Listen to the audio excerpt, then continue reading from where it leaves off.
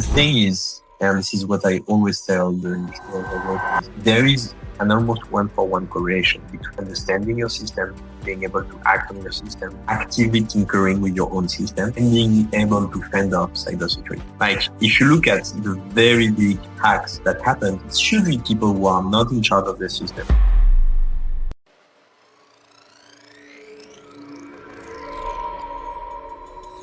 We're going through something absolutely historic. Technologies across the board are growing exponentially. It's a disruption that's going to completely redefine the way businesses compete. In the next decade, we're going to lose 40% of today's Fortune 500 companies. The exponential growth of computing is continuing. AI is nowhere near its full potential. Whether you like it or not, that the future cannot be stopped by anyone. Welcome back to the Futuretech and Foresight podcast. I'm your AI host, Marc Verbenkov's deepfake avatar, and this is episode number 239. For the last 2 decades, global manufacturing relied heavily on offshoring and manual labor to cut costs, but a new era of industrialization is taking over. Today, the most successful facilities are treating physical products like technology products. Instead of hiring more floor workers, cutting-edge factories are leveraging sensors, intelligent software, and artificial intelligence to monitor operations in real time, bringing unprecedented efficiency and massive profit margins to a traditionally slow-moving sector. As geopolitical tensions and supply chain disruptions force a massive wave of reshoring, the race to build smarter, sovereign manufacturing capabilities is accelerating. Currently, only a small fraction of factories utilize AI to achieve industry-leading margins. Looking forward, this software-first approach to industrialization isn't just about building faster, it's about fundamentally reshaping global economies and preparing for the next frontier. As factories become highly connected tech ecosystems, navigating cybersecurity risks and hybrid engineering will be essential. Ultimately, the transition to intelligent manufacturing lays the groundwork for sci-fi level innovations, opening the door for future endeavors like space manufacturing and asteroid mining. A little bit about today's guest, Renan Devillieres, is a former mathematics and computer science PhD student turned industrial innovator, operator, and investor. After starting his career at McKinsey & Company and gaining hands-on experience in complex factory operations, he recognized a massive gap between legacy manufacturing and modern software capabilities. Today, he is the founder and CEO of OSS Ventures, a specialized venture builder that launches and scales tech companies designed to automate and optimize factory operations worldwide. Through his work, Renan continues to accelerate the adoption of artificial intelligence in manufacturing, helping legacy industries evolve into highly profitable, software-driven powerhouses. All right, Renan, thank you so much for coming on to the podcast today. It's a pleasure to talk to you. We've had a couple guests in the past, actually quite a few guests talk about, manufacturing and that entire world. So it's good to have somebody come on again to kind of refresh the topic for us. Thanks for taking the time. Thank you for having me. It's going to be cool. So how did you initially get involved in the work that you're doing? Like, what brought you into the world of manufacturing and software and IoT and all that stuff? Full random. I never even knew what a factory was. I graduated as a PhD dropout from mathematics and computer science. And I had to pay back the student loan that was state issued in France. And you don't have to pay back your student loan if you work for the public sector. So I worked in the public sector for 2 years and 1 day at the OECD, building basically a data pipeline. It was 15 years ago. And then I said, okay, I'm never going to work 1 day of my life in the public sector again. And so I said, okay, so I have to go private sector. As I have to go private sector, I need to be a CEO at some point. And so I literally put on Google company that created the most CEO, and it said McKinsey & Company. I was like, all right, I'm going to put a CV. I didn't know what consulting was. I never read a financial statement in my life, but they hired me anyway because I think they thought, a cool math PhD major rather than the typical MBA or whatever. So on my first week, literally somebody at McKinsey said, hey, I have that supply chain niche, and there's like 40 factories and zillions of different products, and it's very hard, and it's probably going to involve a lot of math. Do you have anyone? And they were like, probably this guy. And so that's why I started with manufacturing and supply chain. And so that was totally random, but I fell in love with the thing because look, I'm a geek. I think only two type of systems are really incredibly interesting if you're true geeks, and it's computer programming and factories. Like those are very two complex systems that make things and are incredibly like cool to understand. And so I went the factory route. So that's how. That's so interesting. It's not the typical story that we hear here on the podcast. So. And you've been in the industry for years now. Yeah, so I've worked basically 10 years as a consultant, and then as a factory director, as a supply chain director, as a quality director, as everything. So I worked for 10 years in operations and manufacturing.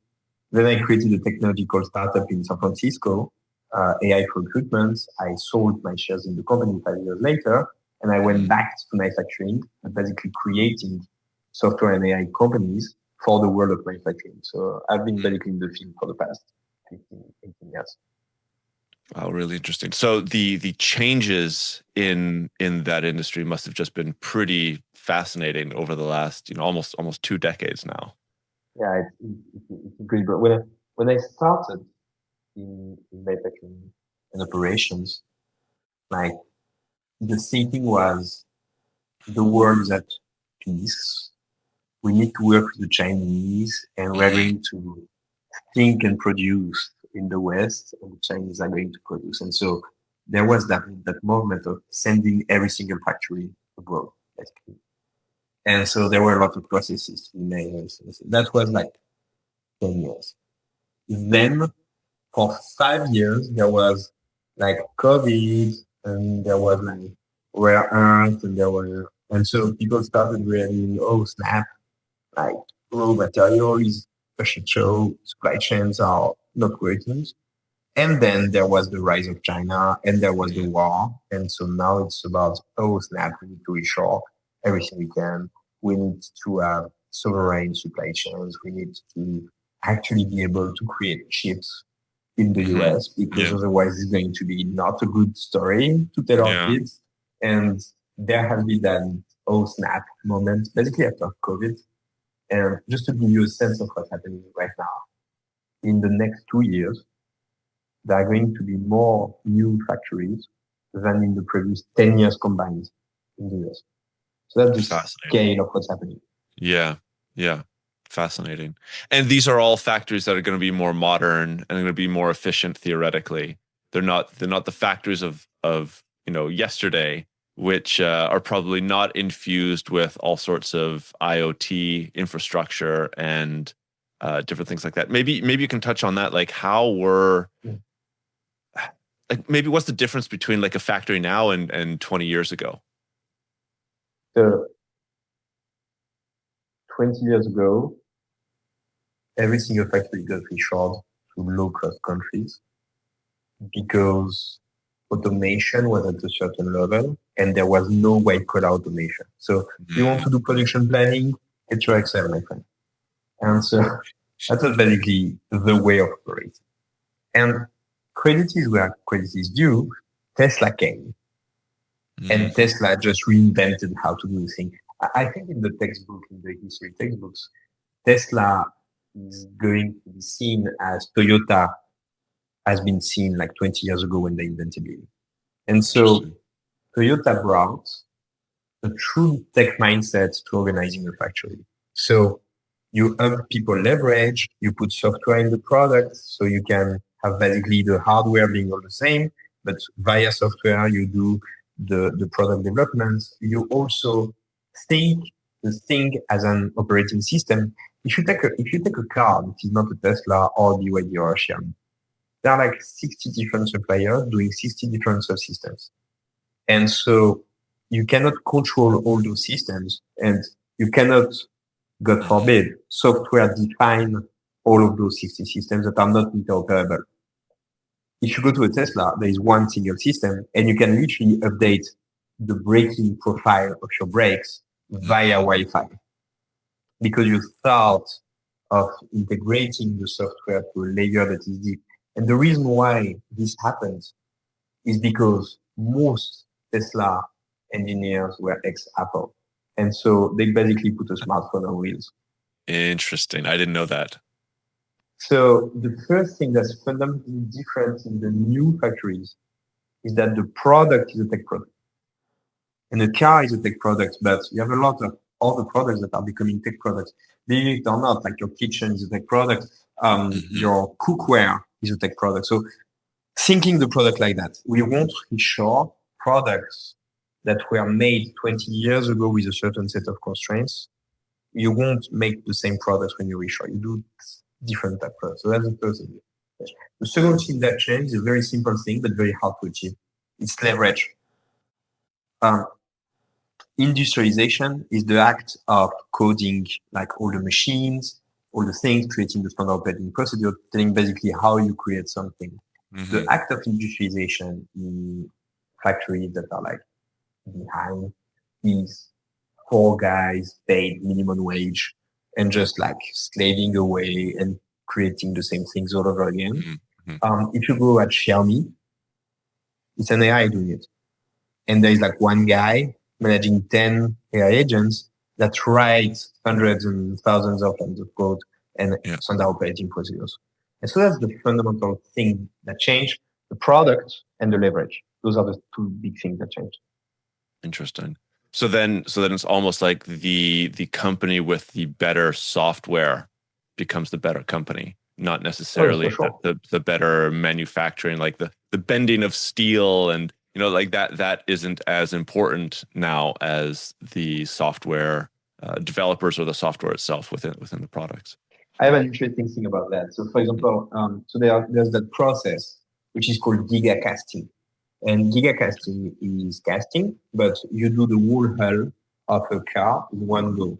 Instead of having literally 50 different suppliers doing 50 parts of the hull and some guy welding it together at your assembly line. So the cost advantage is enormous. Yeah. Okay.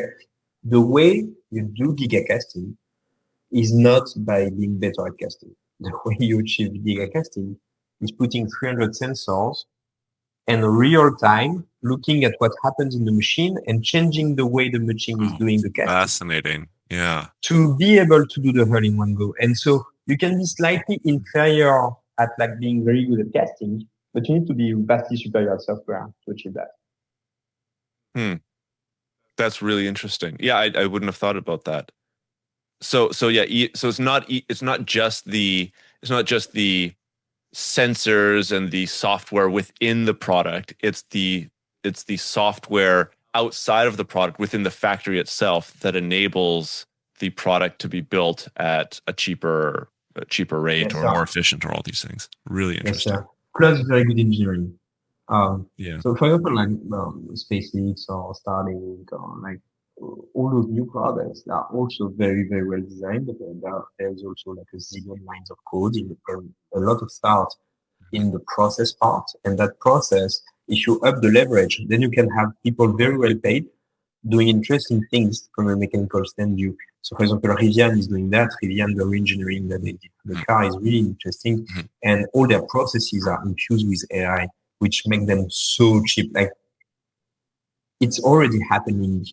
There is no real cost advantage for like wage-wise between China, Shenzhen, and San Francisco. It's the same. So it's all about leverage and so far. Very interesting. And maybe just one point that you were describing. You're saying that so not just the software developers, but the engineers have to be really good. I'm assuming, in my very limited understanding of all this, that there needs to be quite a bit of interplay, like discussions, understanding between the software engineers and the actual engineers, right? The physical engineers, in order for this gigacasting to happen. No. What's very interesting is that the profiles who are overperforming in that new age are basically jack of all trades. And so they do the software and the hardware understanding. So there are some guys who come from software and get to understand hardware. There are some guys who come from hardware and do the software part. But it's one big old team. And actually, one of my friends, Harley Newman, was like one of the first employees of Airbnb. And he said to me something that really stuck. He said to me, but sure, Airbnb is not a tech company. Airbnb is a profitability company. And as it was born recently, it just so happens that we are using tech to do full extent. And so there's no real tech company in manufacturing or manufacturing company who use tech. It's just the new way of running a manufacturing company is to have people who can do code and hardware engineering at the same time. And so that's just the new way of operating. It's just not well spread, as we speak. Yeah. Well, I guess it would be a bit of a challenge to have both of those buckets of knowledge and capabilities in one person. So, but if that's the way the industry is moving, then I'm assuming there's like all sorts of kind of retraining or courses that people need to be taking. Super interesting. Could you? So I've mentioned this on the podcast a couple of times. We got hacked in early February of this year. So my mind, and I've had a couple cybersecurity experts obviously come onto the podcast since then. So my mind is a little bit more geared towards cybersecurity and potential infiltration. What you're saying is amazing, but it also brings about some risks with it. Have there been any severe hacks and infiltrations and compromises that you're aware of in the industry that has like just disrupted? Tesla paid a lot of money for people not to know that at some point people could hack a Tesla remotely on the highway. So yes, it carries a lot of risks. The thing is, and this is what I always tell the listeners I work with, there is an almost one-for-one correlation between understanding your system, being able to act on your system, actively tinkering with your own system, and being able to fend off cybersecurity. Like, if you look at the very big hacks that happens, it's usually people who are not in charge of their system. They have outsourced the thing to a few suppliers. They get a supply chain attack, and they are fucked because nobody actually competent is in the orientation. Right. And so, like, have you heard recently of Apple, Google, Anthropic, and OpenAI being hacked?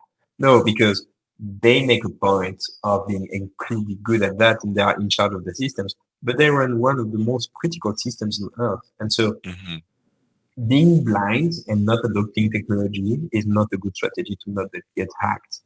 Getting good at technology and actively taking the subject and being in charge of your own technology stack is the way to not get hacked, amongst other things. Yeah, very, very interesting. What about you? What exactly are you doing at OSS Ventures? I think you've painted a good picture of what's going on today, but I'm curious what you're up to. Yeah, so I'm a bit crazy, so I chose a business model that is not often seen. So I run a venture builder. So a venture builder has the same business model as an investment fund. So our job is to hold shares of very fast growing technological companies. That's our job. So we hold shares, we sell them at some point, we make money. The very, very big difference with an investment fund is that rather than finding companies out there in the wild and trying to invest in them, we create the companies. And once the product works, we say to founders, hey, we have that good company that's starting. Do you want to take them? We give you equity and it's your company and you grow it. One of the reasons I chose that business model is that not enough people were building in the space of tech for manufacturing.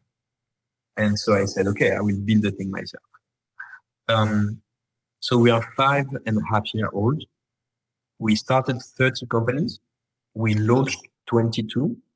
Those 22 companies are live in 4,000 factories all over the world, doing 41 million ARR, on track to do 69 by the end of this year.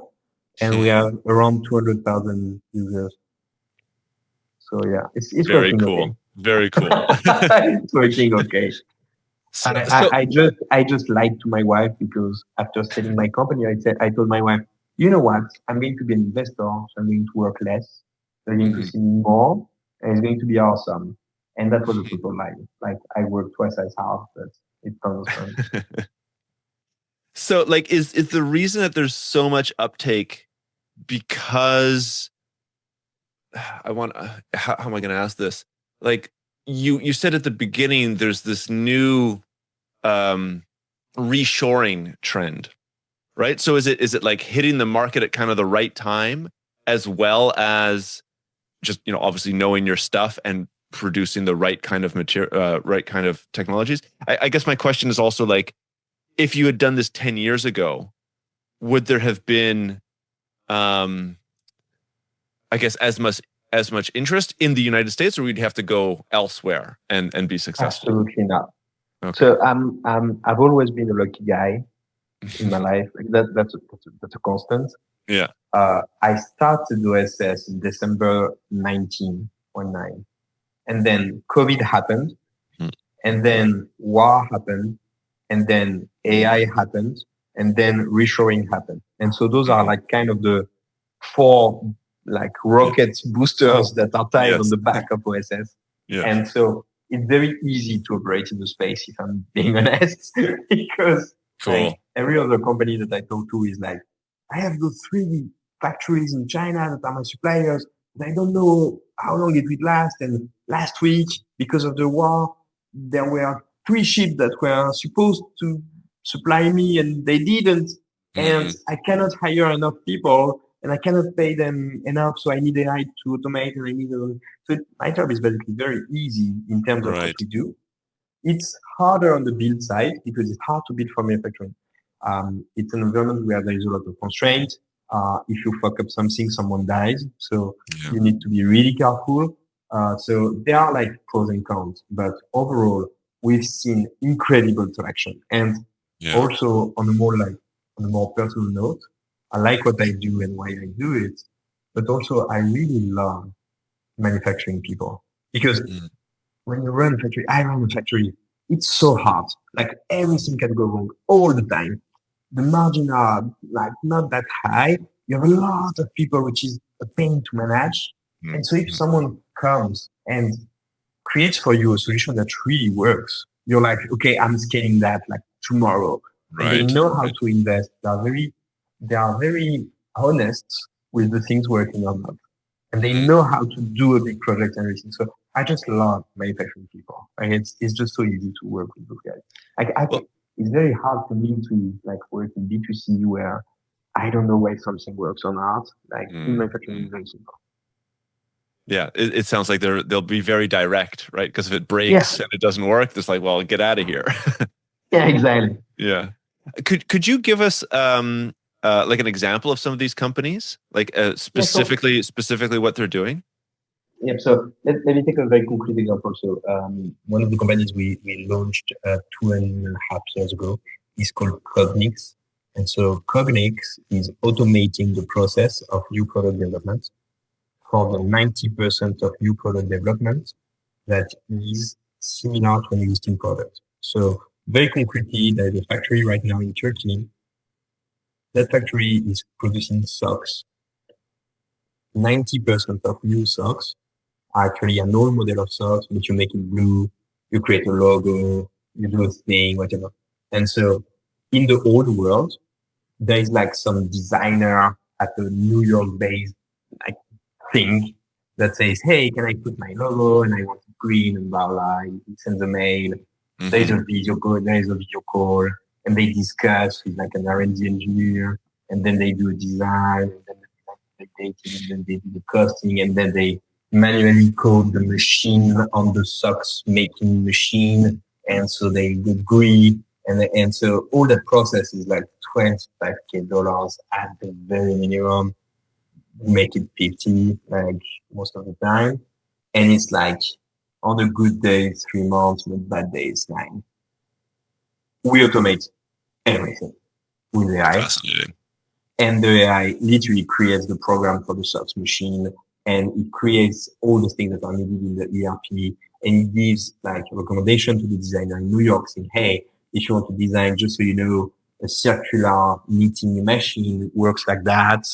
And so if you do horizontal design, it's very cheap because you only cut the thing one time. If you do a vertical design, it's 20% more expensive. So are you really sure that you want to do a vertical design? And so that whole system that they did, it's orders of magnitude of gains. Fascinating. And so, yeah, that's Cognix. And what works in socks making, it works, for example, for the car carpets, believe it or not. So when you do carpets for car, you need to like say it needs to be that shape. And so we automate everything. So that's the kind of companies that we do. So interesting.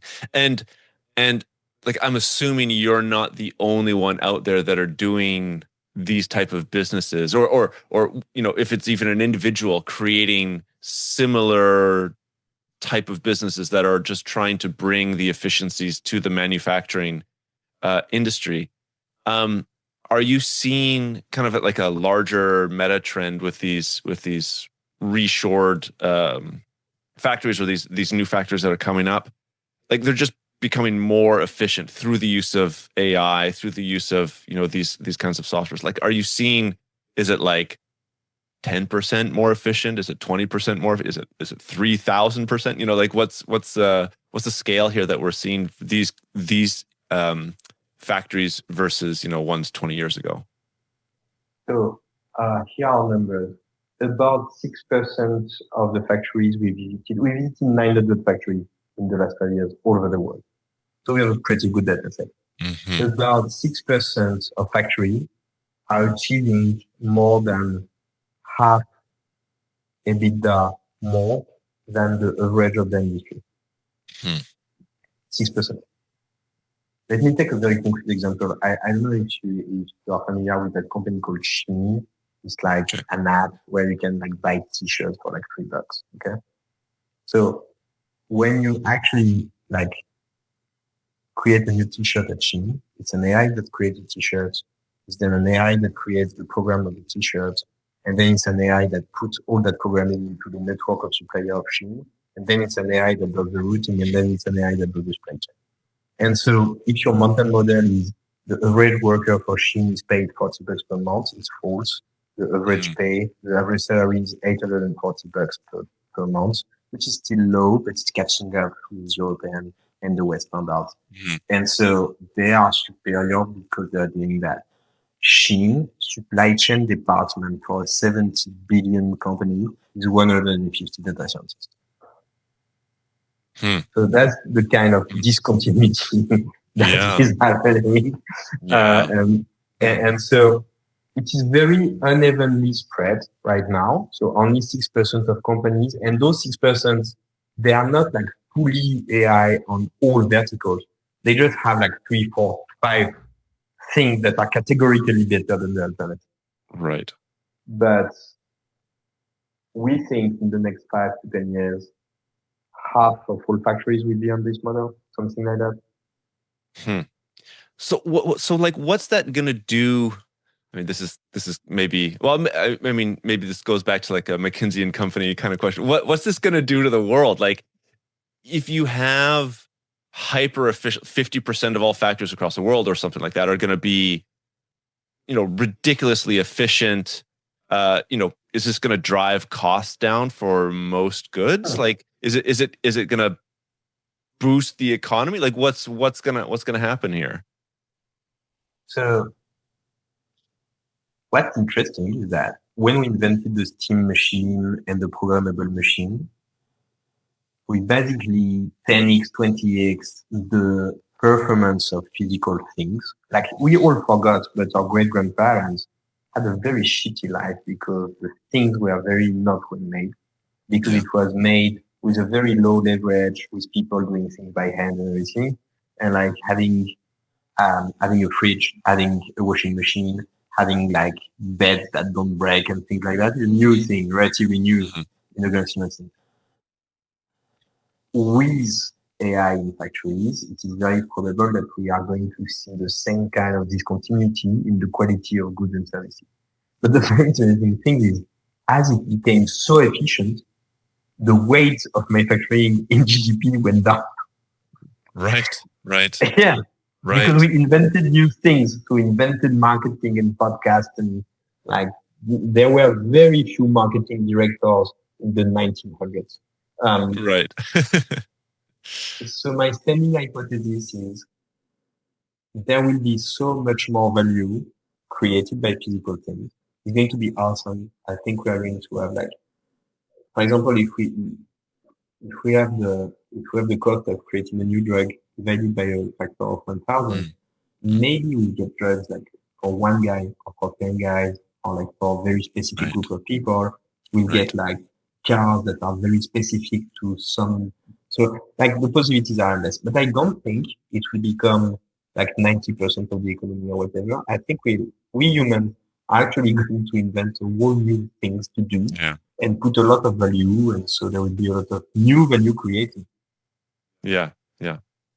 Interesting. And then I guess kind of connected to that question. I'm very curious about this reshoring trend, this movement here, right? So, it's talked about a lot. What's going to happen in the countries that like their entire economy was based on manufacturing? I guess not all factories are going to leave those countries. It's going to take a long time for that to happen. But I'm sure you're already seeing like some disruption to their economies. Yes, for sure. Yeah. What's happening right now? One thing that is extremely clear is that there are hubs, and the hub to hub like transfer is going down, but the inside the hub transfer is going up. So, for example, China and all the other countries around China is becoming one big thing with Russia, but China to US will go down. It's still going up because reshoring has not happened yet, but as soon as reshoring is done, it's going to go down. For example, with the chips, like zero chips going up. I think there will be like the West with like Europe, US, Mexico, maybe Latam. India is a question mark. And then you have like the other thing. And another really interesting thing that's happening is that for the first time in like the last 100 years, there are different prices for oil depending on who you are. Right. If you map who pays what for oil, you get a good sense of the future like economic zones that are going to be independent one from another. Very interesting. Very interesting. What about other technologies? Oh, hang on a second. What about other? Sorry about that. We'll cut that out. What about other technologies that are impacting factories? So, like AI is talked about on this podcast and every podcast so much, so often. Like robotics is something that I think is maybe even more, or you correct me if I'm wrong, is maybe even more impactful or will be more impactful in factories? Frankly, I mean, I'm undecided on that one. You're undecided. Interesting. Yeah, my standard hypothesis would be more, but my confidence level is less than 30%. Interesting. So even with what's it called, that Tesla Optimus bot walking around, still undecided. So, the thing is, like, let's for a moment move to a world where this is working. The biggest market for that is probably home services. Yeah. So the economical value created, it's probably home services and like retail operations. And manufacturing is like not even in the 5, I think. And so that's why I go undecided. Okay. And then is there anything else that we should be aware of for the next, let's say, 5 to 10 years? Right, we're going to see these tremendous efficiency gains. We're going to have reshoring. Is there like another trend or something like that we're missing here? So I don't know if it's 5 to 10 years, or if it's 3, or if it's 25. Yeah. but space is going to be a thing. And by the way, one very hidden truth is that a lot of things you cannot make on Earth, you can make in microgravity.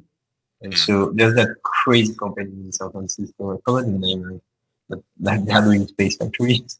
And they're doing space factories. It's a grand name for like a box this size. Where you do some manufacturing that some very valuable compounds are plentiful, abundant in space and not on Earth. There's Earth mining, asteroid mining, but there's also space manufacturing. So, for example, some compounds that need to be very aligned, you cannot really make them when there is gravity, whereas in microgravity you can.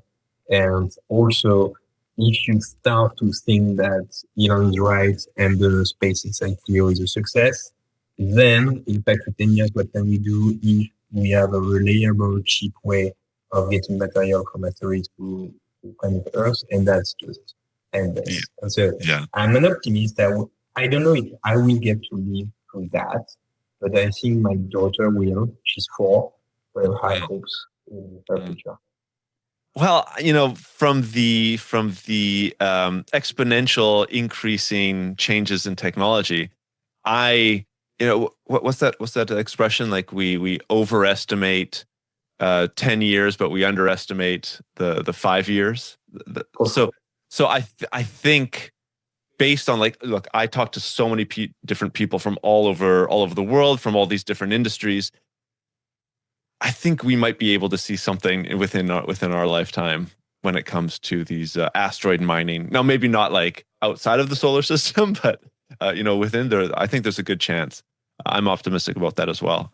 Super interesting. And I guess with that, the amount of material and the resource wealth that will come to the planet will dwarf any reshoring or AI things like that.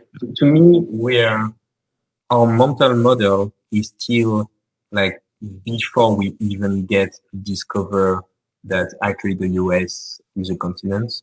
And that's like the world we live in is similar to the world we live in where when the West didn't even discover the United States. Like it's very partial and it will seem laughable to the next generations, which is encouraging. So interesting. I think that's a very positive sentiment to maybe end the podcast on, Renan. We'll have your website and LinkedIn up on the show notes. Are there any other places that you want people to reach out or follow you? Sure. I'm active on Twitter at Sipanza. My team says that I'm very too honest on Twitter, so follow me. And also, our offices are in Paris and Boston. And so if anyone is interested in manufacturing, the future of manufacturing, or wants to just grab a coffee in one of those 2 cities, I'm usually around and cannot wait for a chat. Perfect. Well, it's been an absolute pleasure. Thank you for your wealth of insights, and I wish you best of luck. Maybe create 100 companies over the next 10 years or something like that. So, best of luck. Thanks for your time. Thank you, Mark. Well, thanks for listening to this week's Futuretech and Foresight podcast. If you like what you've heard here, there are, of course, a number of ways that you can support the podcast. The best way would be to leave a review on Apple Podcasts or give a rating on Spotify, which you can find a step-by-step explanation for on the futuretechandforesight.com website. Alternatively, feel free to leave a comment either on the episode show notes or the YouTube channel where you can see video recordings of the interviews. And finally, if you are part of an organization that is aware of the disruptive and transformational impact that emerging and future technologies will bring and want to know more, please get in touch to hear about the strategic foresight services that we offer and how we can help future-proof your organization and take advantage of the phenomenal opportunities available to survive and thrive in the future. A lot of future-shocked people and future-shocked institutions in our society are simply overwhelmed. Once there is superintelligence, The fate of humanity may depend on what the superintelligence does. Science fact is catching up to science fiction. The first truly intelligent machine will be the last invention that humanity needs to make. The only scarcity that will exist in the future is that which we decide to create ourselves as humans. Within a 10-year design revolution, we can have all humanity living the highest standard of living anybody's ever known. Progress is accelerating at an exponential pace, and it's going to reach a point where progress is so fast it's going to be a singularity. We are probably one of the last generations of Homo sapiens. Every single headline points to the birth pangs of a Type 1 civilization.